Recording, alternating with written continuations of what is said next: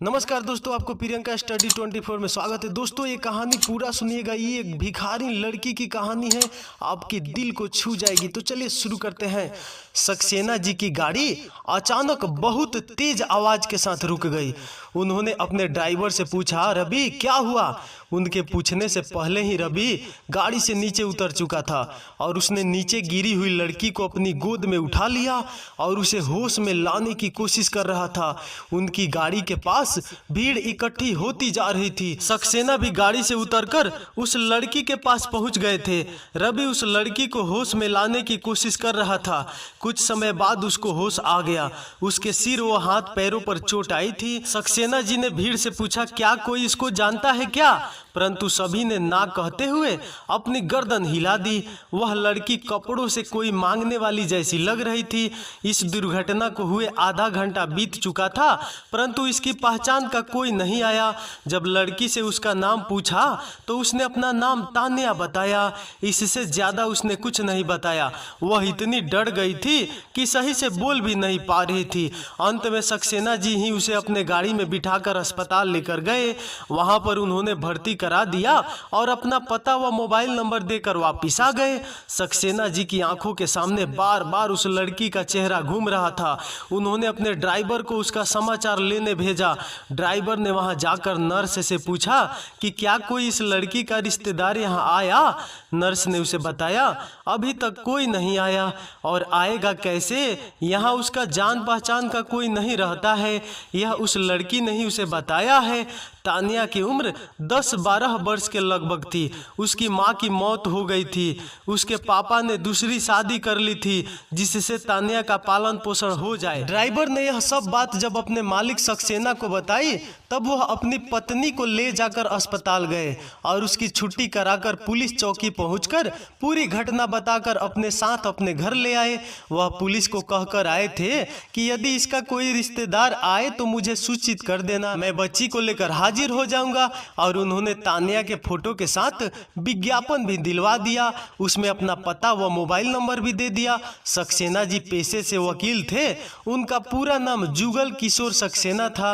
उनकी वकालत अच्छी चलती थी, किसी प्रकार की कोई कमी नहीं थी। एक 14 वर्ष का बेटा था। तान्या ने सक्सेना को जो कहानी बताई उसे सुनकर बहुत दुख हुआ। उसने वकील साहब के बार बार पूछने पर रोते हुए बताया कि उसके पापा फौज में है। उनका नाम सुरेश है। वह कभी कभी घर आते थे। उनकी ड्यूटी जम्मू में बॉर्डर पर है। उनको वहां से छुट्टी बहुत मुश्किल से मिलती है, परंतु मेरी सौतेली माँ इसका फायदा उठाकर मुझे बहुत परेशान करती थी। वह उससे पूरे घर का काम करवाती थी। मुझे स्कूल नहीं जाने देती थी। कोई काम खराब होने पर बहुत मारती थी। मैं इसी डर से कल रात को घर से भाग आई और मैं भागती हुई रेलवे स्टेशन पहुंचकर दिल्ली जाने वाली ट्रेन में चढ़ गई। इसी तरह मैं भूखे के कारण भीख मांग रही थी और आपकी गाड़ी के आगे आ गई। वह वकील साहब से बोली, बाबूजी मुझे मेरी माँ के पास मत भेजना, मैं आपके घर का सारा काम करूंगी, मुझे केवल रोटी कपड़ा चाहिए, परंतु वहां नहीं जाऊंगी। सक्सेना जी की पत्नी ने उसे समझाया कि तू रोना बंद कर, हम तुझे कहीं नहीं भेजेंगे, अब तू हमारे पास रहेगी। सक्सेना जी ने मार्केट से उसके लिए 3-4 नई ड्रेस मंगवा दी। तान्या भी ठीक होते ही घर के काम में हाथ बटाने लगी। तान्या को सबसे बड़ा दुख था कि उसके पापा उसकी बहुत याद करेंगे। उनको तो इसका पता ही नहीं है कि उनकी दूसरी पत्नी ने उनकी बेटी का क्या हाल किया है। उसका स्कूल जाना ही बंद करवा दिया। तान्या बहुत खुश थी। उसे अच्छे लोग मिल गए थे। काम तो उसे अपने घर भी करना पड़ता था, वहां तो मार भी खानी पड़ती थी। उसको पेट भर खाना भी नसीब नहीं होता था। तान्या जब साहिल के कमरे की सफाई करती थी तब वहां रखी किताबों को साफ करके रखती। उसे अपने पुराने दिनों की याद ताजा हो जाती थी।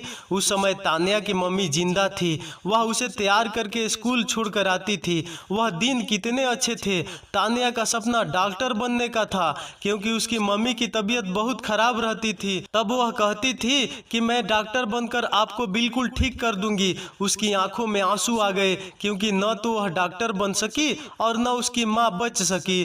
तान्या उनके घर का काम बहुत बहुत अच्छे ढंग से करने की कोशिश करती थी, कभी किसी को शिकायत का मौका नहीं दिया। वह सक्सेना जी की पत्नी की सेवा में कोई कमी नहीं आने देती थी, उनके पैर दबाना, मालिश करना सब करती थी। वहां रहते उसे 4-5 बरस बीत गए। अब तान्या को सब सुख था, इससे उसके शरीर में निखार आ रहा था, उसका रंग रूप गोरा होता जा रहा था। एक दिन वह नहा रही थी, वह बाथरूम की कुंडी लगाना भूल गई। उसी समय साहिल दरवाजा खोलकर अंदर आ गया। साहिल तान्या के पानी से भीगे बदन को अपलक वह एकटक देखे जा रहा था।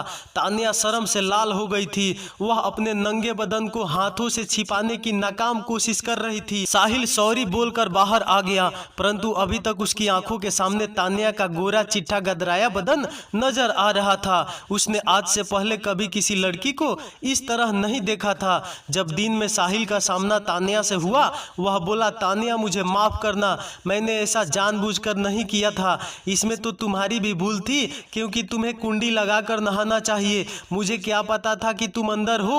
अब साहिल तान्या को चुपके निहारता था। सुबह जब तान्या उसके कमरे की सफाई करती थी, तब पहले साहिल सोता रहता, परंतु इस घटना के बाद वह जागते हुए भी सोने का बहाना करता था और उसे देखता रहता था।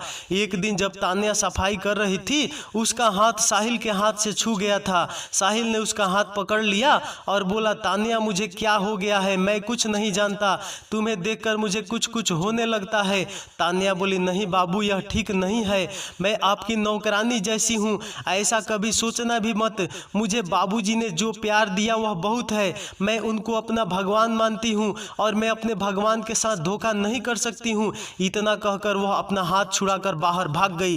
तान्या अपने कमरे में जाकर क्या क्या सोचने लगी। वह बुदबुदाने लगी, नहीं, उनको समझाना होगा, सभी क्या सोचेंगे कि जिस बर्तन में खाया उसी में छेद कर दिया, सब मुझे ही दोषी मानेंगे। नहीं, मैं बाबूजी के विश्वास को टूटने नहीं दूंगी, उन्होंने मुझे अनजान को सहारा दिया था, अन्यथा इस जमाने में अपने ही सहारा नहीं देते हैं।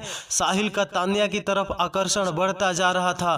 तान्या भी साहिल की तरफ आकर्षित होती जा रही थी, परंतु वह अपने को रोकने की कोशिश कर रही थी। उधर तान्या की सौतेली माँ ने उसके भागने की बात तान्या के पिता सुरेश को नहीं बताई।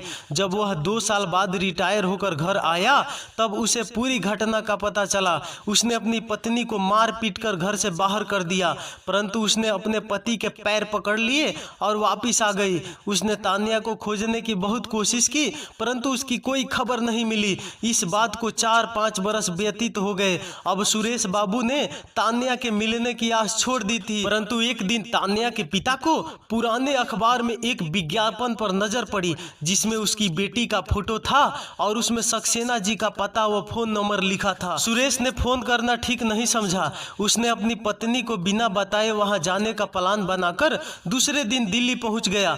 वह सक्सेना साहब के घर पहुंच गया। उसने वहां पहुंचकर डोर बेल बजाई।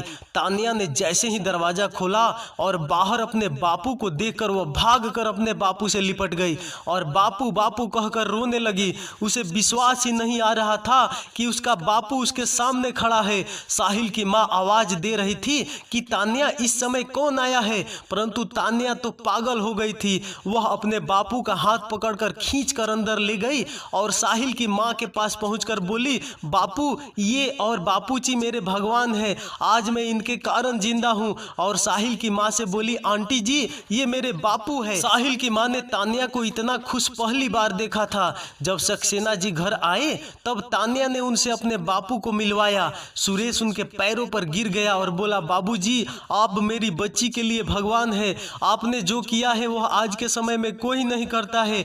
आपने एक अनजान को अपने घर पर रहने के लिए जगह दी, ऐसा कोई नहीं करता है। सक्सेना जी बोले, मैं कौन हूँ करने वाला, सब ऊपर वाला करवाता है। आपकी बेटी ने भी यहाँ रहकर हम सब का दिल जीत लिया है, अब यहाँ हमें पराई नहीं लगती। इसने हम सभी की इतनी सेवा की है, इतना अपने भी नहीं करते, नौकरों से तो आशा भी नहीं कर सकते। तान्या हीरा है, तुमको भी इसका ध्यान करना चाहिए था, केवल दूसरी पत्नी पर छोड़ दिया। सुरेश बोला, हाँ मेरी बहुत बड़ी गलती है, आगे से ध्यान रखूंगा। अब मैं तान्या को ले जाना चाहता हूँ, आपकी अनुमति चाहिए। सक्सेना जी बोले, सुरेश बाबू यह आपकी अमानत है, मैंने तो इतने दिन संभाला है। जब इसकी खबर साहिल को लगी वह बहुत परेशान हो गया। जब तान्या रात को अपना सामान रख रही थी तब साहिल वहां आ गया और बोला, तान्या तानिया, अब तुम कल अपने पापा के साथ चली जाओगी, क्या मेरी याद आएगी? अब तो तुम हमारी नौकरानी नहीं हो और हमने तुम्हें अपने घर का सदस्य ही माना था। तानिया ने साहिल को देखते हुए कहा, बाबूजी, आप सबने जो मान सम्मान दिया उसको मैं कभी नहीं भूल सकती। आज मैं बाबूजी के कारण ही जिंदा हूँ, अन्यथा मालूम नहीं कहाँ होती। मैं आप सबको कैसे भूल सकती हूँ? अब यह मेरा घर है, मैं कभी भी बिना पूछे ही आती रहूंगी। साहिल बोला, तानिया, उस दिन वाली घटना के लिए एक बार फिर से सॉरी। तानिया बोली, उस दिन मेरी ही गलती थी, इसमें आपका क्या दोष है? आप अपने को कसूरवार क्यों मान रहे हो? साहिल बोला, तानिया, आई लव यू, मैं मम्मी से बात करूंगा। तानिया भी कुछ बोलना चाहती थी परंतु वह कहते कहते चुप हो गई। साहिल बोला, तानी, तुमने कोई जवाब नहीं दिया, इसका मतलब तुमने मुझे माफ नहीं किया? तानिया बोली, बाबूजी, मैं जब इस घर में आई थी तब भी भिखारिन ही थी और आज जब यहाँ से जा रही हूँ मैं आज भी भिखारिन ही हूँ। मुझे माफ़ करना, मैं प्यार करना तो नहीं जानती हूँ परंतु मैं आपकी दिल से पूजा अवश्य करती रहूँगी, आप भी मुझे याद करते रहना। उसी समय साहिल को किसी की आने की पदचाप सुनाई दी और साहिल ने वहाँ से जाना ही उचित समझा। साहिल के जाते ही तानिया के बापू वहाँ आ गए और वह कहने लगे, तानिया, वकील साहब का एहसान मैं कभी नहीं चुका पाऊंगा, उन जैसा आदमी इस जमाने में कहाँ मिलता है। तानिया बोली, बापू, उन दोनों ने मुझे अपनी बेटी से भी ज़्यादा स्नेह दिया है, मैं उनको छोड़कर जाना नहीं चाहती परंतु आपके कारण जा रही हूँ। माँ ने जो मेरे साथ किया था उसे सोचकर तो जाने का मन नहीं करता है। अब साहिल को नींद ही नहीं आ रही थी, कभी तानिया के जाने का दुख होता तो कभी सोचता कि यह भी अच्छा ही हुआ कि उसके बापू लेने आ गए, अब उसको कोई नौकरानी तो नहीं कहेगा, अब उसकी भी अपनी इज्जत होगी। अब मैं कह सकता हूँ कि मैं तानिया से प्यार करता हूँ, अब उस पर से नौकरानी का धब्बा भी मिट गया। अब मैं मम्मी को भी अपने प्यार के विषय में शान से बता सकूंगा। सुबह होते ही सुरेश बाबू सक्सेना जी से जाने की अनुमति मांगने लगे। सक्सेना जी ने साहिल को कहा कि जाओ उनको स्टेशन छोड़ आओ, रवि तो आज लेट आएगा, यानी कि रवि उनका ड्राइवर था। अब साहिल को मन की मुराद मिल गई, वह स्टेशन जाने के लिए तैयार हो गया। साहिल ने अपनी गाड़ी निकालकर बाहर खड़ी कर दी। तानिया और सुरेश बाबू अपना सामान लेकर बाहर आ गए। तानिया ने पति पत्नी दोनों के पैर छुए और बोले, बाबूजी, यदि मुझसे कोई भूल हो गई हो तो माफ़ कर देना, आपने मेरे लिए जो किया है मैं उसे कभी भी नहीं भूल सकती हूँ। मेरे अपनों ने तो मुझे ठुकरा दिया था, आपने अपनाकर मुझे बर्बाद होने से बचा लिया, उस दिन आप मेरे लिए भगवान बनकर आए थे। इतना कहकर वह रोने लगी। सक्सेना जी ने उसे बहुत कठिनाई से चुप कराया। तानिया गाड़ी में बैठकर भी रोए जा रही थी, उसके बापू ने बहुत मुश्किल से चुप कराया। साहिल ने गाड़ी का शीशा इस तरह घुमा लिया था जिससे तानिया का चेहरा उसे नजर आ रहा था। तानिया भी मौन थी परंतु साहिल को ही देख रही थी। साहिल चुप था परंतु उसके अंदर उस दिन की घटना याद आ रही थी। साहिल उससे पहले कभी भी तानिया की तरफ देखता नहीं था, उस दिन से वह उसको भूल ही नहीं पा रहा था।